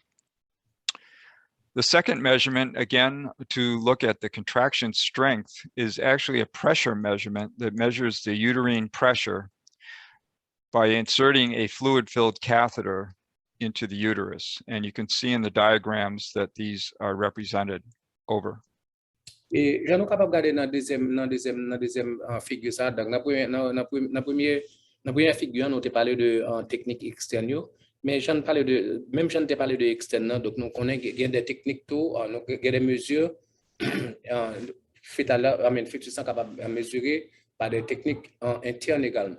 Par exemple, nous avons lorsque membrane lui-même est brisé, donc nous avons un électrode interne qui de cuir chevelu qui est inséré dans le cuir chevelu, et nous sommes capables d'utiliser ECG maternel qui est fixé pour capable électrode, avec des électrodes à partir des électrodes avant tous. Donc, nous pour mesurer, et dans le cas ça, non seulement nous capables de mesurer, nous capables de mesurer pour Timonato, mais nous avons ECG pour maman également. Donc, mesure interne pression utérine, qui s'allie, c'est pratiquement insérer un cathéter qui remplit de liquide dans l'utérus là. J'en ai regardé l'image là avec mes droites là qui côté à insérer et à insérer un cathéter qui remplit de liquide dans le niveau utérus là. Donc, over.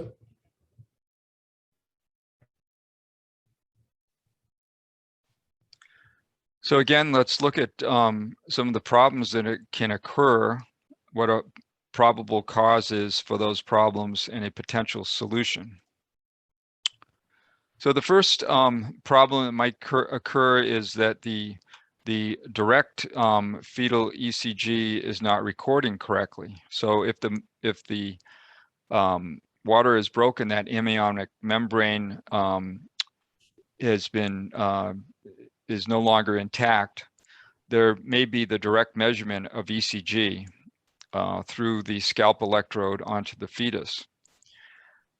A lot of times this is just a contact problem with the ECG wires that are located, going into that ECG electrode on the scalp, or the electrode itself is not making proper contact. So this is something that typically would need to be manipulated by the clinical staff rather than the biomedical staff, and you would instruct them to take a look at those areas. Again, if the membrane is broke, the direct catheter that is used to measure the interuterine pressure may not be accurate. That could be something just that the device has not been zeroed or it has not been calibrated properly. The other thing is in blood pressure monitoring, there could be large bubbles, there could be blood in the tubing that is used to measure. So you have to remove that. Probably a problem that the biomed would be more likely to be involved in is the fetal heart rate external transducer, the ultrasound transducer, is not reading correctly. The first thing to check would be the belt that is applied to the patient to hold that transducer in place. Secondly, there is a coupling gel that's needed between the transducer and the mother. This coupling gel is used for the ultrasound to basically complete the signal. Another very common problem is that ultrasound transducer is not directed towards the fetal heart.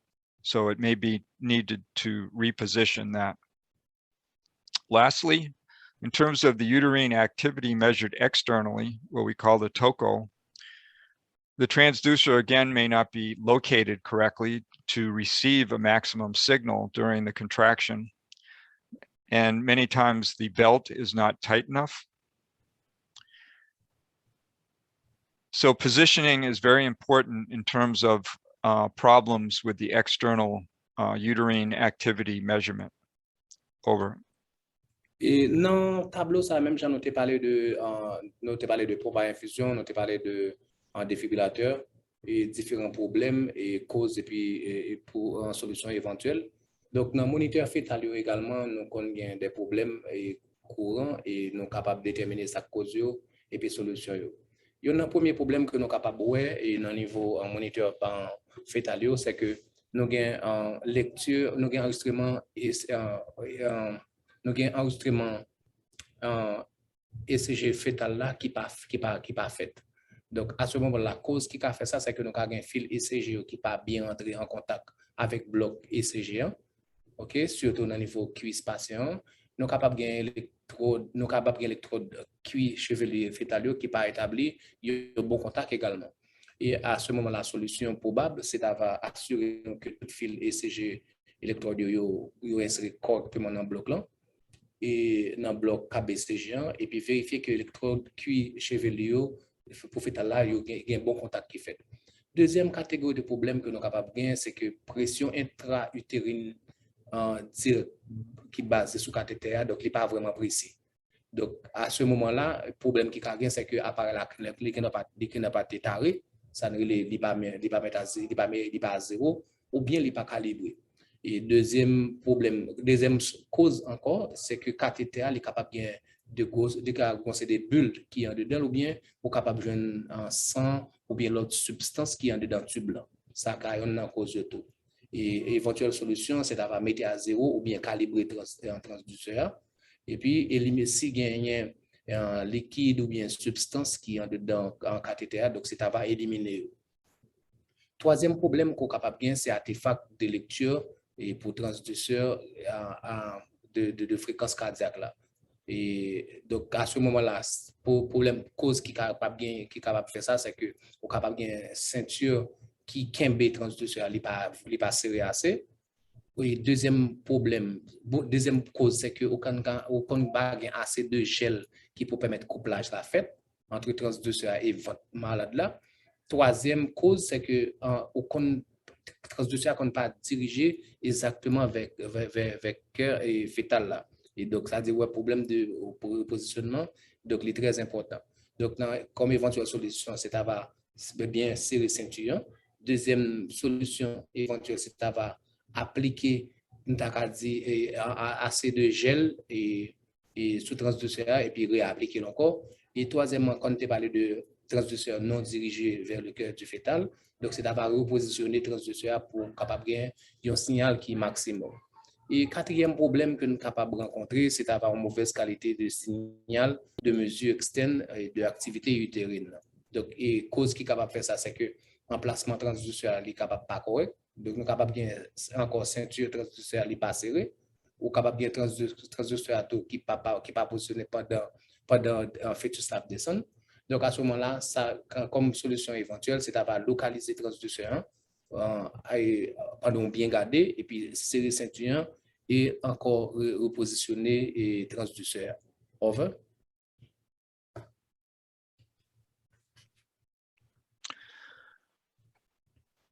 So our presentation is ended. I just wanted to see if there was any additional comments from Tom or Evanel about either incubators or fetal monitors.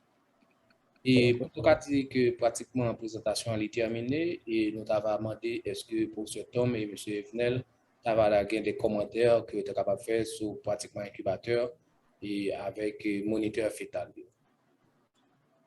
With the fetal monitors, it's similar to what we discussed with the patient monitors. Majority of problems are going to be the sensors or the cables.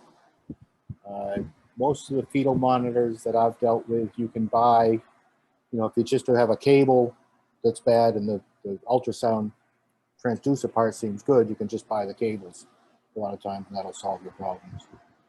It's always good to have a known good Toco transducer and a known good ultrasound so you can do testing with it.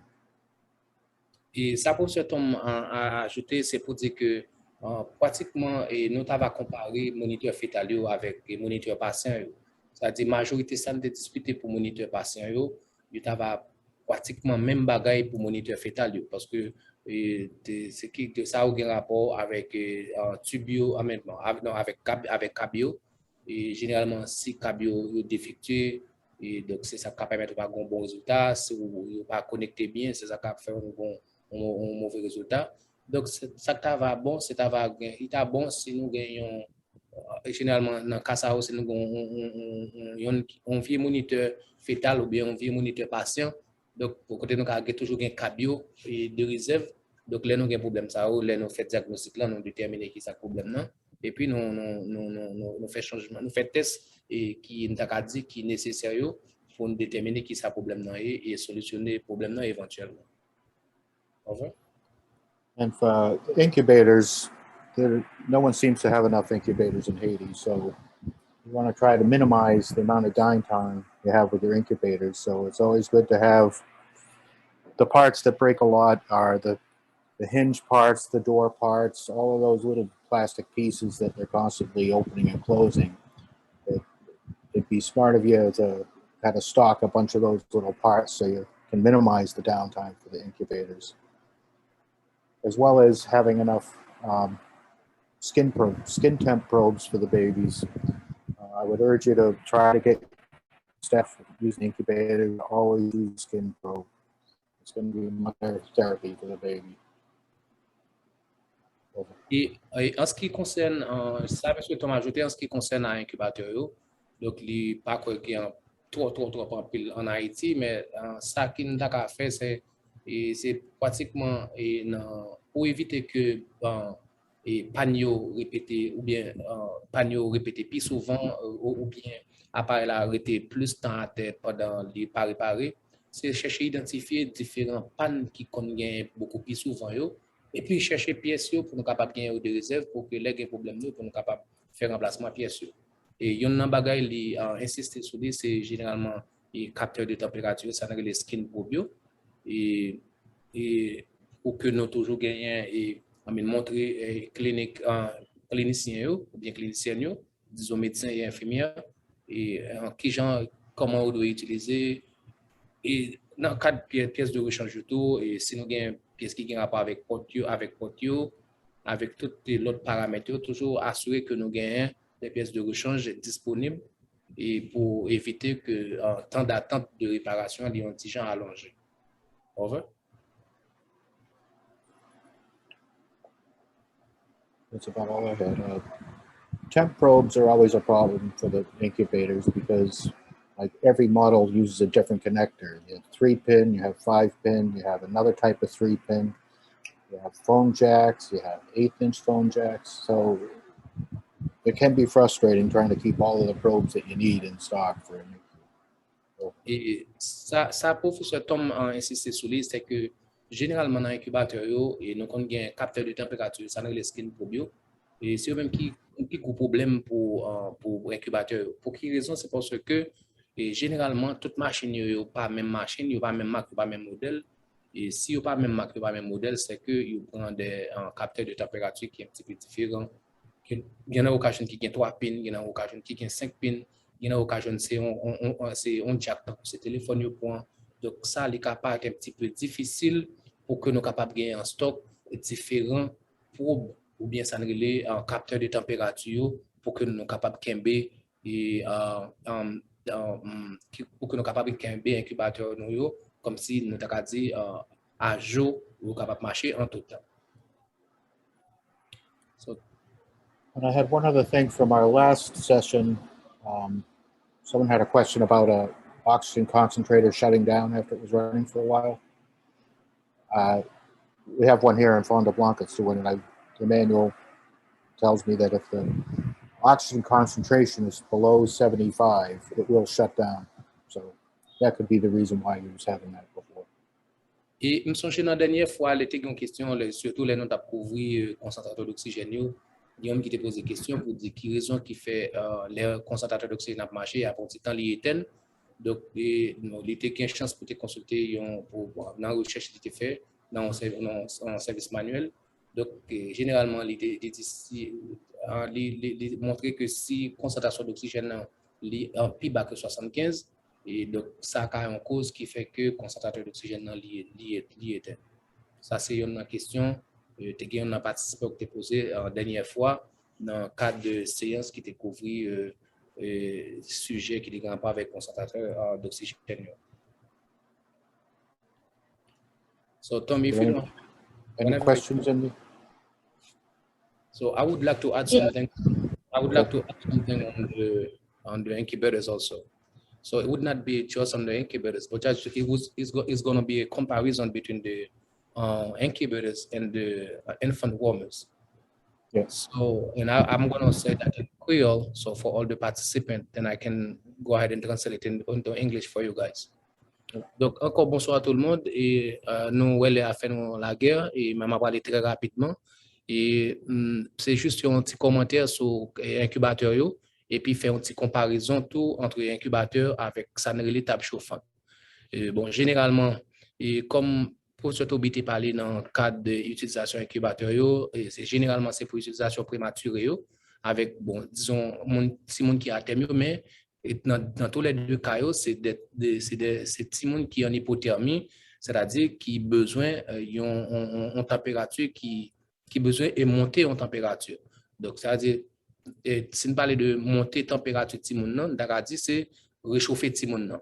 Donc, incubateur, c'est un instrument qui est capable d'utiliser pour capable chauffer petit monde pour capable battre la température normale. Mais l'autre instrument qui est utilisé tout, c'est ça, c'est une table chauffante. OK, donc table chauffante là, donc il permet tout capable et monitorer ou bien surveiller la température petit monde tout. Mais étant donné que nous avons deux équipements, donc nous avons des avantages et des inconvénients. Par exemple, nous avons professeur Toby et professeur Tom tu as parlé de différents inconvénients qui gagnent et en termes d'utilisation pour un incubateur. Par exemple, nous avons un capteur de température qui est un petit peu différent, qui est très difficile pour qu'on soit capable de pour que nous pour capable faire monitorer température de timoun. Et objectif là c'est monitorer température de timoun. Il y a un avantage nous gagnons surtout dans il y a un désavantage nous sommes capables de nous gagner dans le cas d'utilisation incubateur. Par exemple, sous un capteur de température qui n'est pas contrôlé, donc à ce moment-là, ou un accès qui est difficile à bébé. Par exemple, si bébé a une température qui est trop élevée, donc le temps pour aller prendre bébé dans l'incubateur, donc pour l'ouvrir porte, donc on a une tendance et pour tout le monde qui a grillé. Ça, c'est un des avantages. Deuxième désavantage pour cet obédient, il y a un rapport avec audition avec oreille de monde. Par exemple, si l'incubateur a un bruit à faire, donc peut-être dans le niveau clinique, médecin ou bien infirmière, n'a pas tenu compte de ça, mais nous disons que c'est un bail qui est très grave parce que ça a un rapport, ça a un impact négatif sur l'audition de monde. C'est-à-dire, il y a un prématuré qui est dans l'incubateur et puis l'incubateur, ça fait un son. Donc, si moun sa c'est une chance d'échapper ou bien sauver, donc si moun sa sont petit moun qui pas jamais tendre encore pour tout le reste de ville. Et nous avons fait une expérience pour ça dans l'hôpital, dans la capitale là, côté nous avons fait une inspection et puis nous avons un prématuré de 6 jours qui était dans l'incubateur ça, mais l'incubateur ça t'a fait un son, t'a un bruit constamment t'a ballon bruit. Donc, mais malheureusement, moun qui était là, et technicien biomédical et clinicien ou bien médecin infirmière, donc, pas te connaître est-ce que brillant est à cause d'un danger pour ti moun. Donc, ti moun ça, c'est vrai, 6 jours, il peut mourir, et si bon Dieu t'a fait le gain la vie, ti moun ça, c'est bon ti moun qui a besoin encore. Donc, c'est des pratiques que nous avons besoin d'habituer avec eux. Surtout ça, c'est dans le niveau incubateur. Maintenant, l'autre avantage qui gagne, et bon, disons, l'autre avantage nous gagne, l'autre inconvénient qui gagne pour incubateur autour, c'est que les pièces qu'on un petit peu difficile, c'est coût d'opération. C'est-à-dire, la coûte nous beaucoup plus cher pour nous maintenir un incubateur que nous maintenir une table chauffante. Donc, c'est un petit peu plus compliqué à utiliser. Alors que par rapport à une table chauffante qui ont accès très rapide, par exemple, si nous avons un paramètre qui est très contrôlé, comme si est-ce que le est trop chaud ou bien il est trop fait, qui permet de faire une intervention très rapide, on peut courir pour un bébé, retirer bébé, à fond l'autre intervention, j'aime dire qui est différent de un incubateur. Et nous avons moins de pièces à utiliser. Et généralement, on a plus de chances pour capable de probio qui est utilisé plusieurs fois. Donc, c'était ça que j'ai besoin d'ajouter pour nous dans la question, surtout dans l'incubateur, et puis comparaison entre un incubateur et une table chauffante. So, what I was explaining, Professor Toby and Professor Clark, was about the advantage and the pros and cons for incubators and for infant warmers. So, we understand that we are a low resource country like Haiti, and most likely we receive donations. So, and we live on donations. So, and we use what we get from people. But what we're trying to do is basically, as you said, the premature or any baby that was born in term, so both of them using incubator or infant warmers, they just need to be warm or to monitor the temperature. That's the main goal of using an incubator or an infant warmers. So, but when talking about the pros and cons for the incubators, we said that with the incubators we don't have quick access to the baby. That's one of the disadvantage for using an incubator. And the other thing also, like the skin probe. Sometimes if the skin probe is not working properly and we got different models and different mark, so that can cause an issue, as Professor Tom said too. And in fact, it costs more money to keep the incubator to be maintained than using an infant warmers. So it costs more money in terms of operation, based on my experience. And compared to the infant warmers, we have quick access to the baby. We got the alarm, we got quick access. If the baby is too hot, we don't need to open the door. We just go ahead and pick up the baby. That's one of the advantage. And it can be manual. We can use like a thermometer to measure the temperature of the baby while using the infant warmers, which is a little bit different using an incubator. But in fact, I explained them, both of the units are using to monitor the temperature of the baby. I was just trying to give the pros and cons using, an incubator and an infant warmers. Because basically right now in Pion, we're using infant warmers because it's going to cost us more money to keep maintain an incubator than keep maintaining an infant warmers. And it's easy practice. The nurses, the doctors, it's really easy in terms of operation. So that's what I added for them, and I want you guys to be aware of that. Yeah, the other advantage to an incubator is you're isolating the baby better from external things getting to them. So to help prevent them, better at helping to prevent infection, since you're limiting access to getting into the baby, but it's also limiting things getting into the baby. It's only filtered in going in. So that's one of the advantages of an incubator. Et puis, l'autre avantage de professeur Tom parlait de pour question incubateur, c'est que pourvu que nous dans incubateur les bébés dans espace qui était fermé, donc il prévenir en pile en bactéries qui rentrer dans. C'est vrai que les ont accès difficile pour t'arrêter pour un bébé, mais c'est sûr que tout lui-même éviter on série de un bébé pour une série de infections tout. Over. It's 3:01. Yes, we don't have any more time for questions. We did have just one question in the chat. I have taken note of it, and we can bring it back during the question and answer session. Alors, nous arrivons, il est en 3h01. Nous pas vraiment gain l'heure pour nous prendre question, puisque nous avons une séance de discussion dans 2 semaines, mardi 21 septembre. Moi, prends notre de questions que nous avons gagnées là, et puis nous tourner avec lui dans la séance de discussion. Et si nous avons gagné l'autre question, tout que nous avons posé, nous avons songé prendre notre de pour nous poser dans la séance de discussion. Alors, merci à tout le monde pour la participation. Nous, regarder si le professeur n'a pas un dernier mot à dire avant que nous allions.